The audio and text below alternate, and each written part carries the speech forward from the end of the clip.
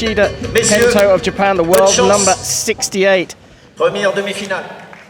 And it's time for our first semi-final. The 27-year-old left-hander going up against the 28-year-old right-handed fencer. A bag of medals for CURATOLI, but this will be Yoshida's first ever senior international medal right here in Orléans. Luca CURATOLI, 2017 European bronze medalist, 2019 world bronze medalist, has to be the favorite here, Marielle. You would think so. I mean, on paper he definitely is, but you know, anything can happen. We got a very hopped up crowd right now. Sometimes that can play into it, especially someone like CURATOLI who's pretty emotional. So he's just got to keep everything in line, keep his focus, and we'll see how the bout goes. Yeah, Japan, well, buzzing after a fantastic Olympic Games in very, very difficult circumstances, and their fencers rising to the game here. They've had a bit of a change in coaching in Japan. Jérôme Goutte from France is now the national coach, and he will be in the box for the Tokyo Met athlete Yoshida Kento up against Luca CURATOLI. We're underway. Miklos Kosa from Hungary will take care of proceedings in terms of the refereeing. And you know, the coaching change couldn't have come at a better time for Jérôme Goutte, because this is the first time that any Japanese man has made a podium in an major international competition. So good first thing to put on his resume by being there. Not a bad start. Yeah.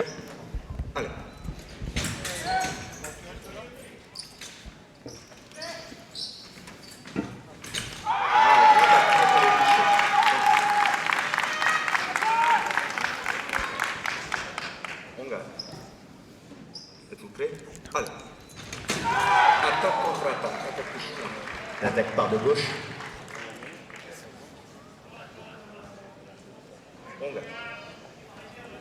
So Marielle, there's an audience here that are obviously going to be fencing fans, but there's also an audience that will be new to fencing. You can see saber is a cutting weapon, the target's everything above the waist, but it's a weapon of convention, so it's the right of way that's the crucial thing for the referee to decide.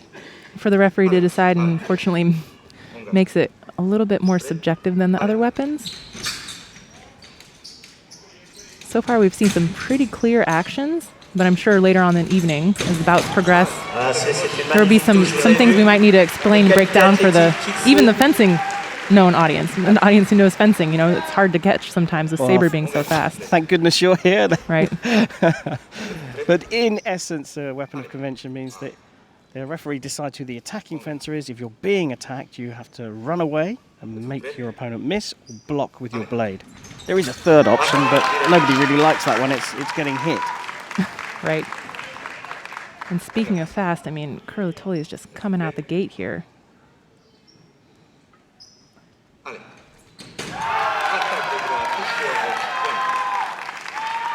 Questions that one. The athletes have 2 video appeals if they choose to use them. CURATOLI deciding not to on this occasion. I think that was the right choice on his call. Especially early on in the bout, you have to use those video reviews strategically sometimes.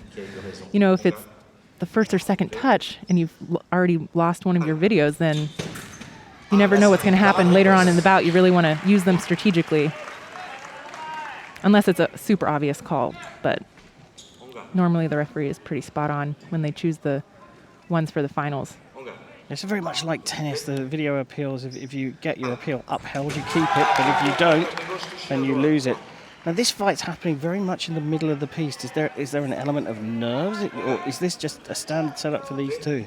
From what I've seen from Yoshida today, he has a very strong attack. We know CURATOLI also has a very strong attack, so maybe they're keeping it in the middle because both men are refusing to go backwards, which is a smart strategy. The danger of retreating for both of them too much, and that's why it's happening between those 2 blue lines, the on-guard lines as they're known, and they're CURATOLI calling for a video. We get to have a look at that one. I do think CURATOLI put his arm out a little bit faster, at least in the slow motion it looks like that, but looks like the ref keeps it as simultaneous. So down by a video, CURATOLI. Wow. That time Yoshida took the risk by going backwards, but was absolutely ready for a beautiful parry or post.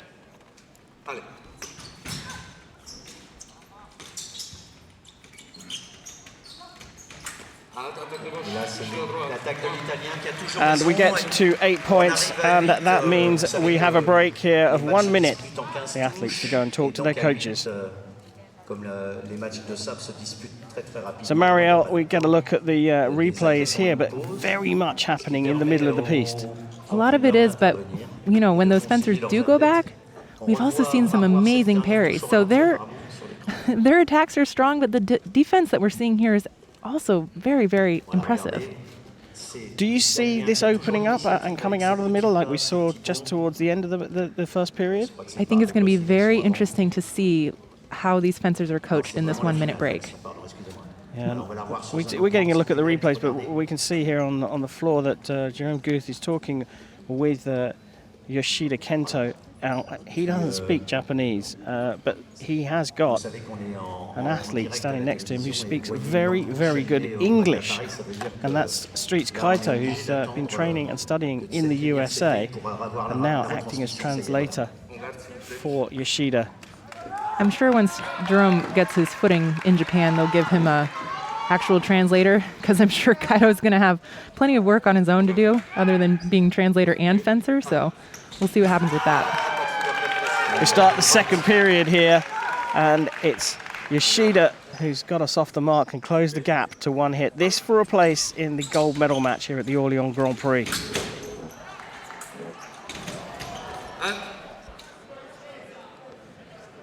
We did see a red light there. Okay.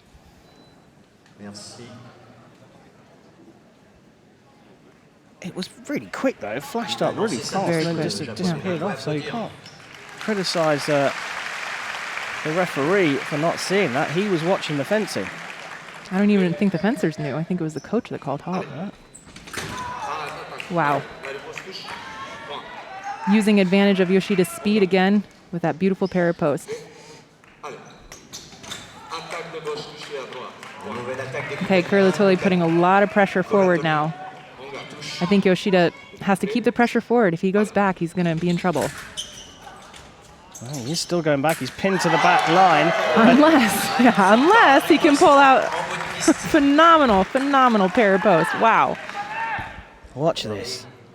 On the back line. Leaves it to the last minute. And beautiful. That's just fantastic bravery there from Yoshida Kento.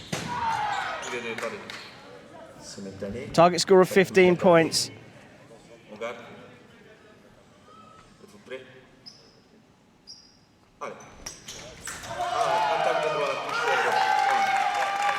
I think that's the right call. CURATOLI tried to go for attack in preparation and hit Yoshida's guard. Good thing that the referee was able to see that. Did happen very quickly. Right of way with the Japanese athlete. Ooh. Wow. Oh. Are we going to get another call for a video here? That would be good strategic use, I believe. So attack from the right, parried. Boom. So parry riposte. I would say parry post. For the left, that is. So the big sweeping movement from the Italian fencer, picking up the blade, blocking out, as I said, those two options, run away or block with the blade. And CURATOLI is convinced that he got in that parry, that block. Referee gave it as, what, mal-parried? Didn't quite get the parry in time? I think the referee thinks that Yoshida got through, but he's changing it. Yep, that's why the video review comes in handy. It happens so fast. It's so great to have that video review slow motion for them. So CURATOLI still with one video appeal, having had that one upheld, and then goes out on the attack, using a little bit more of the piste and going backwards as well. Just as you predicted, they were going to get out of that 4 meters in the middle. Okay. A little bit of a lucky touch. I think he kind of tried for that counterattack. Yoshida was trying to hit him and just got closed out there. But again, wow, CURATOLI with these amazing parry posts all throughout the bout. So risky, but high risk, high reward. Well, there we have it. Luca Curatoli, the 27-year-old world number 10 from Italy, wins the first of the men's semi-finals.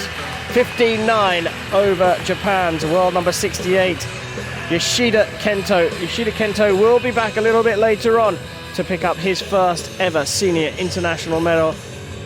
He'll have to settle for bronze here in Orléans. Curatoli marches on. Passer à la deuxième demi-finale de cette soirée. Les arbitres seront arbitre central, Monsieur Andreas Douvis, Grèce.